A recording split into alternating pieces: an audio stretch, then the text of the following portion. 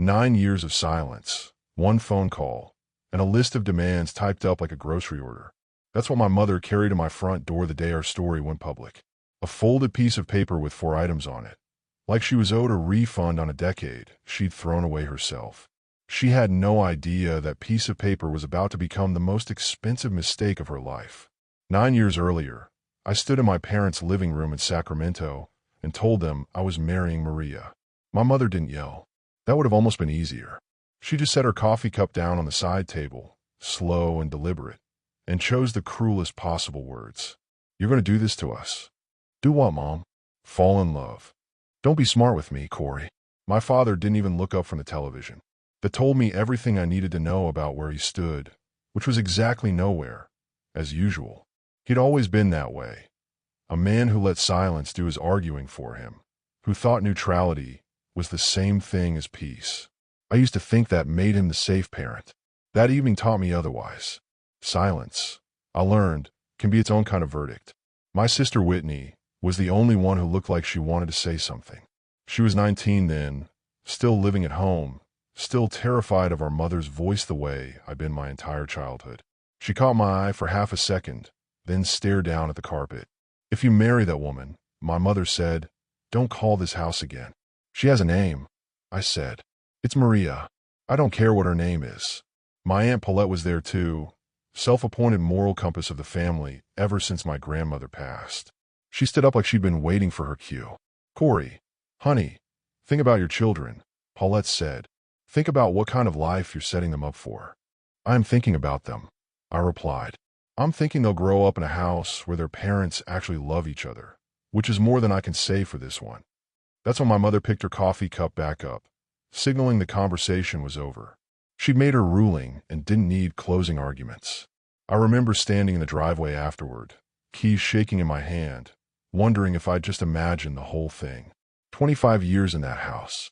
Every birthday, every scraped knee, every report card taped to the refrigerator. All of it, apparently, conditional. I had known family love could come with fine print. I found out that evening. I married Maria 4 months later. It was a small ceremony.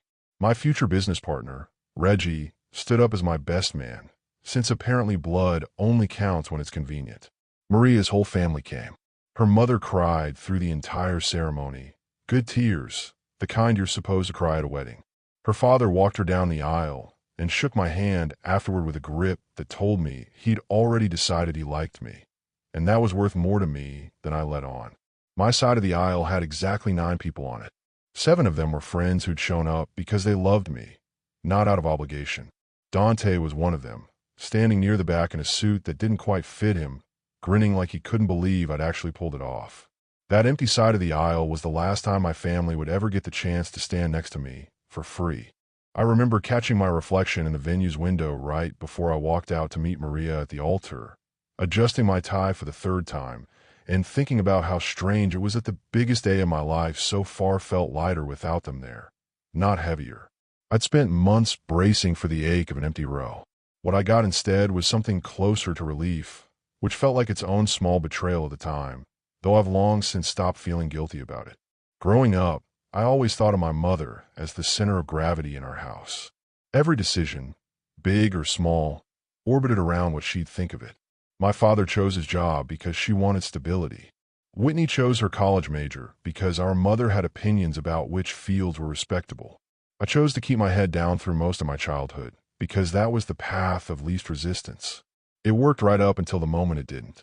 Meeting Maria was the first time in my life I'd ever wanted something badly enough to risk that gravity pulling me apart instead of holding me together. I met her at a mutual friend's cookout, the kind of afternoon where you don't expect your whole life to reroute itself, and then it does. She was arguing good-naturedly with someone about whether a French press could ever beat a proper drip pour over, and I remember thinking that anyone who defended good coffee with that much conviction was somebody I needed to know better. 6 months later, I was bringing her home to meet my parents, naively certain that anyone who met her would feel exactly what I felt. I was wrong. I spent the better part of a year afterward trying to convince myself that with enough time my mother's position might soften. It never did. If anything, the silence just calcified year after year until it became the only version of her I had left. Here's the thing about being disowned. It forces you to figure out who you actually are without anyone's permission. Maria, and I started small. She'd grown up around her uncle's roastery in Oaxaca every summer as a kid, and she'd bring that obsession home with her, roasting small batches in a second-hand drum roaster in our garage and selling bags out of a folding table at the farmer's market on the east side of Sacramento. I was working a sales job I hated, coming home smelling like a car dealership, and on weekends I'd help her load crates into the back of my car and haul them out to whatever market would have us. "You know this is never going to make us rich," she told me once, laughing, wiping roasted chaff off her hands with a dish towel. "Good thing I didn't marry you for the money," I said. Smart, because there wasn't any. Those early markets were humbling. Some Saturdays we'd sell out by 10 in the morning. Other times we'd stand behind that folding table for 6 hours and sell 4 bags to people who mostly wanted to know if it was actually as strong as it smelled before wandering off. I learned patience I didn't know I had. Maria already had it. She'd grown up watching her uncle roast coffee for a family of 8 out of a single drum, and she treated every setback like it was just another batch she hadn't dialed in yet. We built Danvers and Ibarra roasters. Her maiden name was Ibarra, and she insisted both names go on the label side by side, like a promise. We ran it out of rented commercial space for 6 years. 6 years of 16-hour days, maxed out credit cards, me picking up weekend freight hauling gigs just to keep the lights on in our warehouse. There were months we drank the coffee we couldn't sell instead of buying groceries, joking that at least neither of us would ever sleep again. There were nights Maria sat at our kitchen table doing inventory by hand because we couldn't yet afford the software, and I'd sit across from her doing the same thing with our bills. Somewhere around midnight, we'd just look at each other and laugh, because what else was there to do? My business partner, Reggie, came on when we were still tiny. He handled the numbers. I handled operations. Maria handled the product. We fought like siblings. We celebrated like family. Reggie had walked away from a stable accounting job to bet on us, and more than once I asked him why. "Because everybody else in my life plays it safe," he told me once, and I wanted to be around people who didn't. When a regional grocery chain finally picked up our first product line, the 3 of us sat in our kitchen and cried like idiots. Maria kept saying they actually said yes, over and over, like repeating it would make it real. I remember calling Dante that same night just to tell somebody, anybody, who'd actually be happy for us. That was the beginning. It took 3 more years after that, and a woman named Monique, a brand consultant we hired to help us navigate a much bigger opportunity, to get us to the point where a national beverage conglomerate made an offer to acquire the company outright. Monique was blunt in a way I appreciated immediately. The first time we met, she looked over our numbers, our contracts, our growth curve, and said, "You two have built something real. Don't let anyone talk you into selling it for less than it's worth. And don't let anyone talk you into keeping it if the offer is actually good." That kind of honesty was rare, and exactly what we needed heading into negotiations neither of us had any real experience with. The negotiation took the better part of a year. The first offer the conglomerate put on the table was low, nowhere near what Monique believed the company was actually worth, and she told us flatly to walk away rather than accept out of fear. "They'll come back," she said. "Companies like this don't approach small brands unless they've already decided they want them. The first number is never the real number." She was right. 3 months later, second offer came in higher, but still short. Reggie ran the projections late into countless nights, modeling what the company could be worth if we kept growing independently for another 5 years versus what a lump sum today could do for us. Weighing risk against certainty until my head spun. Maria, meanwhile, kept doing what she'd always done best. Kept roasting, kept perfecting the blends, kept reminding all of us that none of the numbers mattered if the coffee itself ever stopped being something people actually wanted to drink. "They're not buying spreadsheets," she said once, mid-negotiation call. "They're buying trust. People trust us because the coffee's good and the story's real. Don't let the number make you forget that. 9.4 million. You sure about this?" Monique asked me the day the final paperwork came through. "Once you sign, it's real. There's no undoing it." I look at Maria. 9 years of building something out of nothing, out of green beans and a second-hand drum roaster and stubbornness. And here we were. "I've never been more sure of anything," I said. We signed, and 2 weeks later a business journalist reached out to Maria's social media, wanting to do a feature, from farmer's market to 9.4 million. The untold story of Danvers and Ibarra. It ran everywhere. Local news picked it up. A regional morning show wanted us for a segment. Our faces were suddenly on screens in living rooms across the region, including, inevitably, the living room I grew up in 20 minutes from where I now live with my wife and our 2 kids. My mother watched that segment 3 times before she finally picked up the phone. There were milestones along the way I used to think, naively, might be the thing that finally broke through her silence. The birth of our first child, a daughter with Maria's stubborn chin and my father's exact shade of hazel eyes. Not that he'd ever get the chance to notice the resemblance. I sent an announcement anyway. That first year, some small foolish hope still alive in me that a grandchild might soften what an in-law never could. Nothing came back. Not a card, not a call. Just silence, same as always, delivered right on schedule. Our son came 2 years after that, and by then I'd stopped sending announcements. Maria and I built our own version of family instead. Holidays with her parents, birthdays crowded with friends like Dante and Reggie, who become closer than blood. Dante taught our daughter to ride a bike in our driveway because I'd broken my wrist the week before and couldn't run alongside her. Reggie and his wife Simone became the honorary aunt and uncle, there for every first day of school, every scraped knee, every terrible homemade birthday cake Maria and I attempted and mostly ruined together. It wasn't a family I'd grown up expecting to have. It was better because every single person in it had actually chosen to be there. I used to feel a strange, low hum of grief on the holidays, watching Maria's parents dote on our children with the kind of easy warmth that should have come from both sides. I never told Maria how much that hum bothered me, because I didn't want her carrying any more weight than she already did just for existing in a family that had decided her heritage was a disqualifying trait. But it was there quietly for years. It didn't disappear until the day I finally understood that hoping for something my mother was never going to give me had been its own kind of self-inflicted wound. The call came in on a regular afternoon. I almost didn't answer it. The number wasn't saved, but something made me pick up. Corey. I hadn't heard that voice in 9 years, and it still made something in my chest tighten like a fist.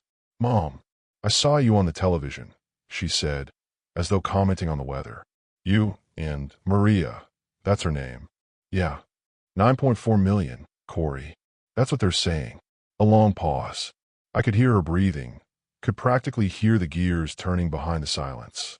We should talk, she said. As a family. Funny, I said. I don't remember you using that word in about 9 years. Don't be difficult. I'm your mother. You were, I said. Then you chose not to be. You made that decision. Not me.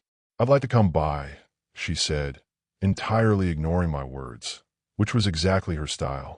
This weekend. I should have said no. Every instinct in my body told me to hang up, but some small, curious, almost scientific part of me wanted to see exactly how far she'd go. Fine, I said. Come by. That single word was about to set off the most satisfying chain of events of my entire life. After I hung up, I sat there staring at the screen a long time. 9 years of practiced indifference, and one short call had cracked it wide open in under 2 minutes.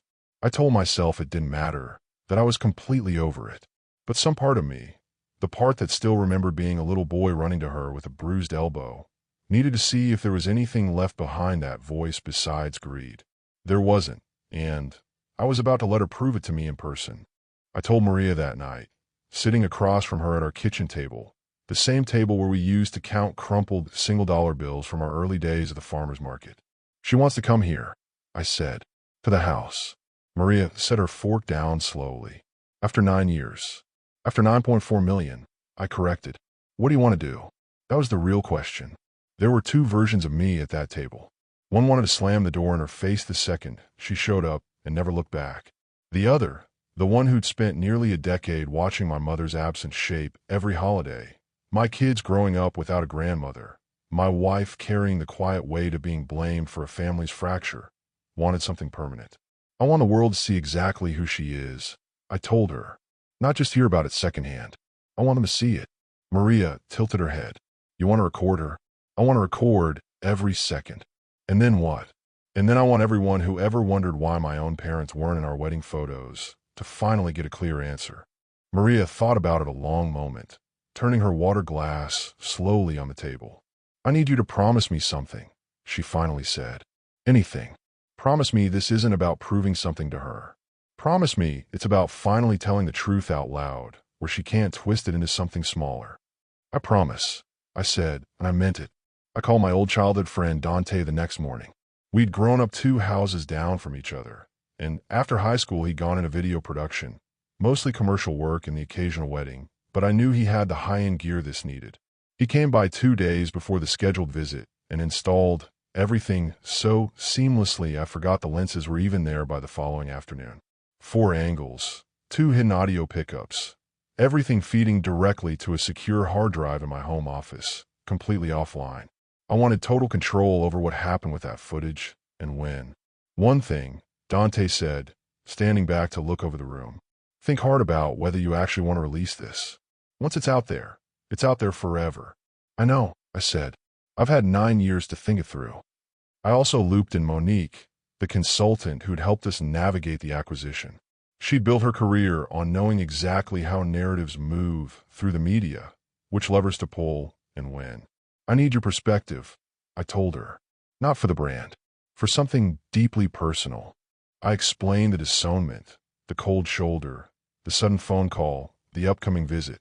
Monique was silent a moment. You want this to go public. I want people to know exactly what kind of woman cut off her son for marrying a Mexican-American woman, stayed dead silent for 9 years, and showed up with her hand out the second a number hit the news. That's not advice I usually give, Monique said flatly. But I like you. I respect your wife.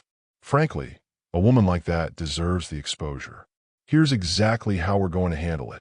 Finally, I called Reggie, mostly out of habit. He'd been my sounding board for every major turning point since we founded the company. You don't need my permission for this, Corey, he said. But if you're asking whether I think it's the right move, absolutely. Some debts don't get erased just because a decade flew by. She had 9 years to make this right privately. Instead, she chose to do it loudly, with a list of terms, in your own living room. Let the world see the choice she made. The day arrived. I sent our 2 kids to spend the afternoon with Maria's sister Camila, who lived across town. I wanted them nowhere near the blast radius of whatever was about to happen. Camila didn't ask a single question when I called her. She'd been on the front lines of our history long enough to understand. Just know they're safe, happy, and completely oblivious, I told her. They're going to be spoiled rotten and asleep by 8, Camila promised. Go take care of your business.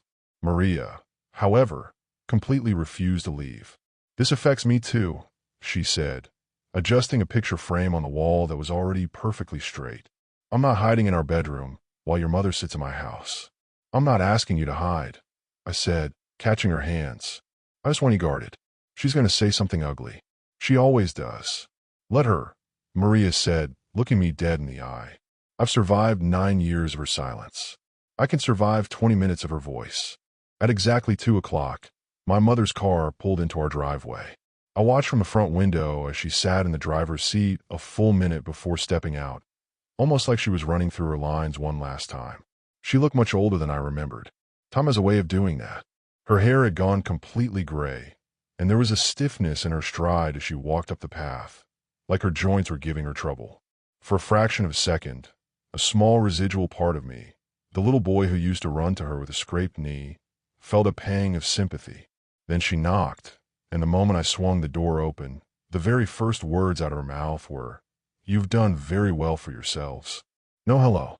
No, I've missed you. No, I'm so sorry.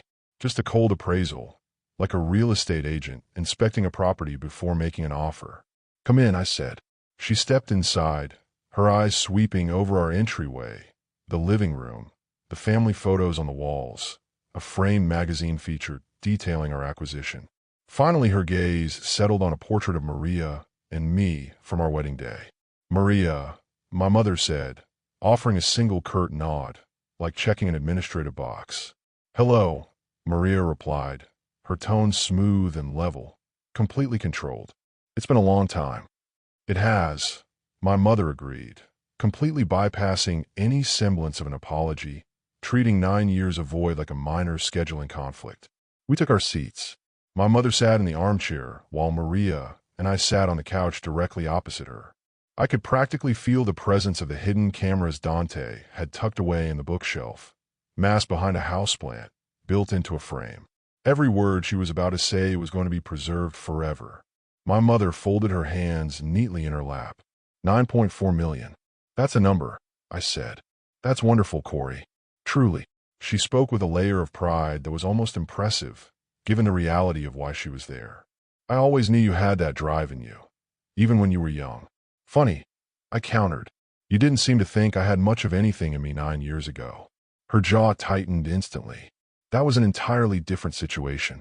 The situation didn't change, Mom. The only thing that changed is our bank account. I am here now, she said, as if showing up today made up for a decade of abandonment. You are, I agreed. And I'm highly curious what finally brought you around. She reached in her purse and pulled out a neatly folded piece of paper. My stomach dropped a fraction, even though I knew exactly what it was. There's a vast difference between anticipating a moment and watching it play out in front of your face. I wanted to discuss the family, she said, slowly unfolding the page, and how we move forward from here. Move forward how? She cleared her throat and, without a shred of hesitation, began reading from that list like a corporate executive presenting a restructuring proposal. First, she read, I think it's only equitable that a portion of this sudden wealth be set aside to secure your father and me for our retirement years. We aren't getting any younger, and family takes care of family. I said absolutely nothing. I just sat there and let the microphone catch every syllable. Second, I would like us to schedule a formal family portrait, all of us together, so we can put the past behind us in a very public way. It would mean a tremendous amount to your Aunt Paulette as well. She's been asking about you constantly. Third, she continued, and I felt Maria's hand tighten slightly against my leg. I think it would be highly appropriate for you to provide the capital to get your cousin Trevor into the restaurant space. He's been struggling for years, and with the kind of leverage and connections you have now, and what's number 4? I interrupted. She looked up from the paper, completely unfazed. Fourth, I expect an apology for the disrespectful way you spoke to me 9 years ago in front of your Aunt Paulette. It was uncalled for. I sat there for a beat, letting the sheer absurdity of the moment breathe. 9 years of absolute exile. A wedding they'd intentionally boycotted. Grandchildren whose voices they wouldn't recognize on the phone. And her primary demand was a check, a photo op, and an apology from me. Let me make sure I have this completely straight, I said, my voice dropping an octave. You disowned me for marrying my wife. You cut off all communication for 9 years. No calls, no cards, nothing. And now you walk into my home demanding a retirement fund, a public PR stunt, a handout for my cousin, and an apology from me. Corey, there's no need to be difficult. It's not difficult at all, I said. In fact, it's crystal clear. You didn't drive over here because you missed your son. You drove over here because you saw an 8-figure sum on the news and realized your silence was a terrible financial investment. That is entirely unfair. No, I shot back. What's unfair is my children growing up without a grandmother because of your pride. What's unfair is my wife sitting in this room, right now showing basic decency to a woman who refused to even say her name out loud for a decade. That's what's unfair, Mom. This list, it's just pathetic. Her face flushed a deep, angry crimson. I'm still your mother. You were, I told her. But you forfeited that title the day you decided your love came with an ethnic qualification. You always did love a flair for the dramatic, she muttered, folding the paper back up, as if her rigid composure could somehow save her from losing the room. I raised you better than this. You raised me to keep my head down and accept intolerance, I replied. I unlearned it a long time ago. It was the best decision I ever made. Maria hadn't spoken a word through the entire exchange, but I felt her shift beside me, shoulders back, chin perfectly level. I'd like to say something, Maria said quietly. My mother's eyes flicked over to her, completely reluctant, clearly hating that she had to address her directly. 9 years ago, Maria said, her tone smooth and lethal. You sat across from me at a dinner table for maybe 10 minutes total before deciding everything you needed to know about my worth. You didn't ask about my career, my character, or how I loved your son. You looked at where my family came from, made your choice, and vanished. I don't expect you to understand the protective instincts of a mother. I understand them perfectly, Maria answered. I just don't respect yours. There's a massive difference. And I want you to understand something else clearly. I never once asked Corey to choose between you and me. He made that decision entirely on his own, because your prejudice made it impossible for him to do anything else. My mother's icy exterior cracked. Just a fraction. You have no idea what it feels like to watch your child walk down a path you're terrified of. You're right, Maria said calmly. I don't, because I'm raising my 2 children in a home filled with unconditional love and safety, completely free of the toxic fear you just described. Maybe the path was never the problem. Maybe it was always you. My mother's mouth opened to fire back a response, but I stood up before she could utter a single word. We're done here. It's time for you to leave. Corey, you came into my home with an invoice disguised as a family reunion, I told her, pointing directly at the door. You didn't come to apologize. You haven't asked a single question about your grandchildren. You came because you thought 9.4 million wiped clean 9 years of hatred. It doesn't. So this is it. You just want to throw away your flesh and blood. My mother stood, clutching her folded list against her chest like a shield. Money has completely corrupted you, Corey. Money didn't corrupt me, I said, staring her down. It just bought me the one thing you never gave me. The complete freedom to exist without your approval. I'm the exact same man I was at 26, standing in your living room, telling you I'd found the woman I wanted to build a life with. You're the one who decided that life wasn't worth knowing. I'm just finally showing you the receipt. She went completely pale. You would actually humiliate your own mother for a headline. I would humiliate any person who discards their child over their partner's heritage, I said coldly. The fact that you happen to be my biological mother doesn't make it tragedy. It makes it a necessity. For a split second, her eyes welled up, the first genuine break in her mask since she'd walked through the door. But it passed instantly, her jaw setting into the same stubborn, rigid line I knew all too well from my youth. The line that meant she'd gladly burn her entire life to the ground before admitting she was wrong. You threw it all away, I said quietly, opening the front door. I'm just delivering the bill. I had no idea that phrase was about to echo across millions of screens. She stormed out, her folded list still clutched tightly in her hand. I watched her sedan back out of the driveway and disappear down the block. The house felt completely, beautifully still. Are you okay? Maria asked, walking over to me. I don't know yet, I admitted honestly. Ask me in a week. Maria wrapped her arms around my neck, and I just stood there in the entryway, breathing her in, letting 9 years of rehearsed dialogue finally drain out of my frame. That same evening, Dante and I sat down in my home office to review the footage.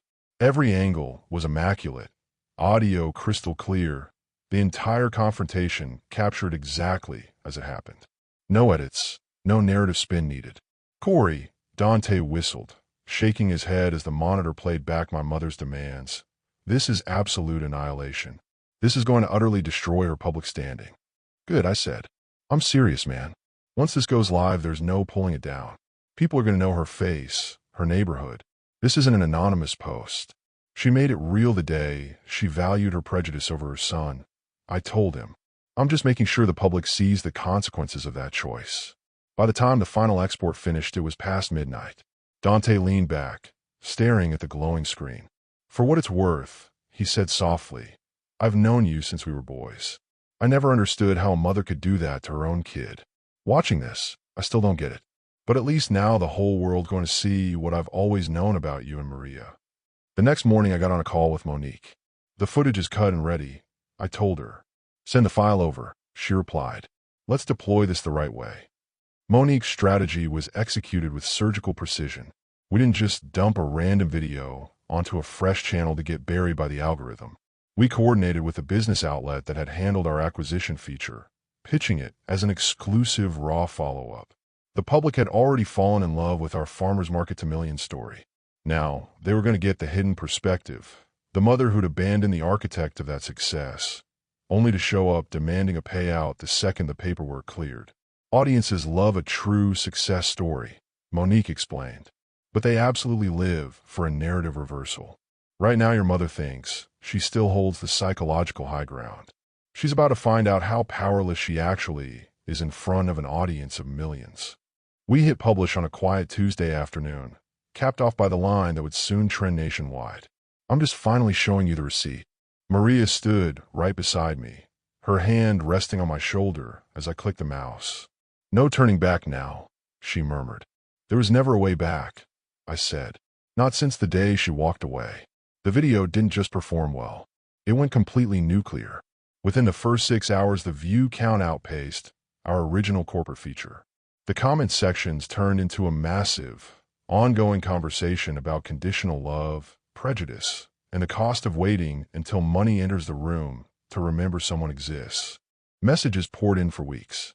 One woman wrote that she'd lived through nearly identical circumstances and thanked me for giving a voice to a pain she'd never been able to articulate to the outside world. A young man wrote that the video gave him the backbone to finally cut ties with an abusive parent who'd only ever valued him for his financial output. Reggie called the next morning, his voice a mix of awe and laughter. "Corey, our direct web traffic has literally tripled overnight. I don't know whether to congratulate you or hire a security team. Probably a bit of both." I laughed. Within the week, a regional talk show invited Maria and me back to discuss the cultural impact of the video. Monique spent hours prepping us for the broadcast, running mock interviews, anticipating aggressive angles, making sure our messaging stayed unshakable. "They're absolutely going to ask if you regret exposing her," Monique warned during our final briefing. "They'll push the angle of whether a biological mother deserves a right to privacy, regardless of her flaws. Have your stance locked in." Sitting on that set the next day, under the studio lights, Maria's hand firmly in mine, the host leaned in and asked exactly the question Monique had predicted. I didn't hesitate a single beat. "My mother enjoyed 9 full years of absolute privacy," I said warmly into the camera. 9 years where the outside world had no idea how she treated us. She used that privacy to erase herself from her grandchildren's lives without a single word. The exact moment she chose to walk onto my property with a list of financial demands instead of an apology, she forfeited her narrative control. I didn't expose her. I just stopped hiding her choices. That response became the defining clip of the entire media cycle. Strangers online began using the phrase 9 years of privacy to describe the hypocrisy of relatives who only value family when it's convenient. Maria's parents reached out shortly after the broadcast aired. Her mother was in tears on the phone, those same beautiful full-circle tears from our wedding day, telling Maria how incredibly proud she was of her strength. Her father, always a man of few words, spoke to me directly. "You protected your wife and stood your ground, son. That's the measure of a man. You did right." Hearing that from the man who'd embraced me as a son from day one offered a profound sense of closure my biological family had spent a lifetime denying me. Then the one message I'd actually been anticipating arrived. A text from my sister Whitney. "I just watched the broadcast," it read. "We need to talk, Corey. Please." I dialed her number that exact evening. "Is it really true?" she asked the moment she picked up, her voice trembling. "The things she demanded on that paper, she actually read those to you?" "Word for word, Whitney," I told her. "I can send you the unedited, raw drive right now if you want to see it yourself." A heavy emotional silence hung over the line. I always held on to this childish hope. Whitney whispered eventually that if enough time went by, she'd finally wake up and apologize to you. I guess I was being naive. "Now you see the reality," I said gently. "Now I see it," she agreed, voice thick with emotion. "I'm so deeply sorry, Corey. I should have stood up for you 9 years ago in that living room. I was just a 19-year-old kid terrified of her wrath, and I let that fear cost me a decade with my brother." "You were under her roof, Whitney," I said, easing the burden she'd been carrying. "You did what you had to do to survive that environment. I don't blame you for that. She's the one who built the wall. You just didn't have the tools to knock it down yet." "I want to see you guys," Whitney said, sudden clarity in her voice. "I want to meet Maria properly. I want to be an aunt to my niece and nephew, if you'll let me." "They're going to absolutely love you," I told her, and I meant it. Whitney wasn't the source of the malice. She'd just been another casualty of our mother's control that I could easily forgive. My mother's calculated greed, however, was a completely different story. My Aunt Paulette predictably took a radically different path. She called 2 days later, voice trembling with pure, unadulterated rage, skipping any greeting entirely. "Do you have any comprehension of what you've inflicted on your own mother? She literally cannot step outside her house. People are identifying her at the local market. That sounds like a direct consequence of her actions, Paulette. I replied coolly. Not a tragedy. You dragged her name through the mud publicly in front of the entire country. She dragged her own name through the mud. I corrected. I simply made sure the cameras were rolling when she did it. Family does not do this to family, Corey. You're entirely right, I said, my voice hardening. Family doesn't disown their son over the heritage of his wife. Family doesn't vanish for close to a decade. And family certainly doesn't present an invoice the second a business acquisition goes public. My mother checked every single one of those boxes. I just stopped keeping her secrets. You have utterly destroyed her life. She had 9 years to build a life based on accountability. I told her. She chose greed instead. I didn't ruin anything, Paulette. I just handed her the bill. I was standing right there in that room 9 years ago. Paulette hissed. I warned you to think about your future children. You told me to worry about the social status of children who hadn't even been conceived yet. I fired back. Yet you haven't spent a single second worrying about the 2 very real grandchildren who've spent their lives without a grandmother because of the prejudice you and my mother fostered in that room. It's fascinating how your concern for family only ever applies when it protects your ego. Paulette slammed the receiver down. I didn't bother calling back. A few weeks later, Dante sent over a screenshot from a community forum based in our old neighborhood. A former neighbor from our childhood block had written a lengthy post recalling my mother from years prior, detailing how ruthlessly exclusive she'd always been about which neighborhood kids were welcome at her dinner table and which ones were subtly turned away. Reading those words, a profound realization washed over me. The 4 demands she'd brought into my home weren't a sudden, unhinged departure from her character. They were the ultimate, unfiltered manifestation of a psychological pattern that had been running her entire life. One I'd spent my childhood either ignoring or making excuses for. Are you doing okay? Seeing all this laundry aired out online. Dante checked in later that night. Honestly, yeah, I told him. It's a lot easier to fully accept the reality of who your parents are when objective third parties lay it out with zero reason to lie. My cousin Trevor, the one my mother had tried to leverage me into financing, reached out shortly after, sounding entirely mortified. Corey, I swear to you on everything I own, I had absolutely no idea she was going to use me as a bargaining chip. I never asked her to do that. I would never dream of it. I know, man. I believe you, I assured him. He'd always been a decent guy, even in a household where decency was treated like a weakness. For what it's worth, he added quietly, I think you did exactly the right thing. She's been sitting in that house talking about your acquisition money, like it was a family inheritance she was personally owed, like you owed her a dividend just for giving birth to you. How's your actual restaurant concept coming along? I asked, steering the conversation to his real goals. Slowly, he admitted, but I'm doing it entirely on my own terms. I'd rather grind it out for another 5 years than take a single dollar that comes with the kind of strings she attaches to things. I respected that statement more than I could properly articulate. It was the exact same core truth I'd embraced 9 years prior, that financial security or family approval isn't worth the price of your soul. My father, true to form, never uttered a single word. Not before the meeting, not after the video went viral. Not once. His total silence spoke volumes, echoing his complete passivity from 9 years ago when he refused to look up from the television.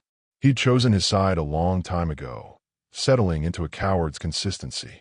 In the early years of our estrangement, I used to lose sleep wondering if he secretly disagreed with my mother's prejudice, but simply lacked the spine to challenge her. Watching his silence endure through a massive regional scandal answered that question with total finality. A man's true character isn't defined by the quiet thoughts he keeps to himself. It's defined by what he's willing to stand up for out loud. My father had chosen, every single time, to stand for absolutely nothing. The final communication came from my mother herself, roughly 3 weeks after the video reached peak virality. I answered the unknown number, and her voice cut through the line without a hint of warmth. You need to take that video down immediately, Corey. It's completely upended your father's social standing. People are talking constantly. It's ruining us. No self-reflection, no baseline understanding of the pain she caused. Just another executive order wrapped up in a complaint about her own consequences. No, I said flatly. You had 9 full years to pick up a phone and be a mother, I told her, voice steady. You chose to boycott my wedding. You chose to ignore the birth of my kids. You had thousands of opportunities to fix this privately, and you chose pride every single time. Now the world sees the exact receipt of those choices. I'm not taking down a single frame. You are actively tearing this family apart. There hasn't been a family here to tear apart for 9 years, I countered. You incinerated it in your living room. I just stopped hiding the ashes. I'm still your children's grandmother, she cried out, her composure fracturing completely for the first time. You are a total stranger to my children, I told her coldly. And you finalized that choice the day you decided their mother's heritage made them unworthy of a phone call. Grandmother isn't a title you get to demand when your bank account runs low. It's an honor you earn with humility, something you have yet to show. We're done, Mom. I ended the call.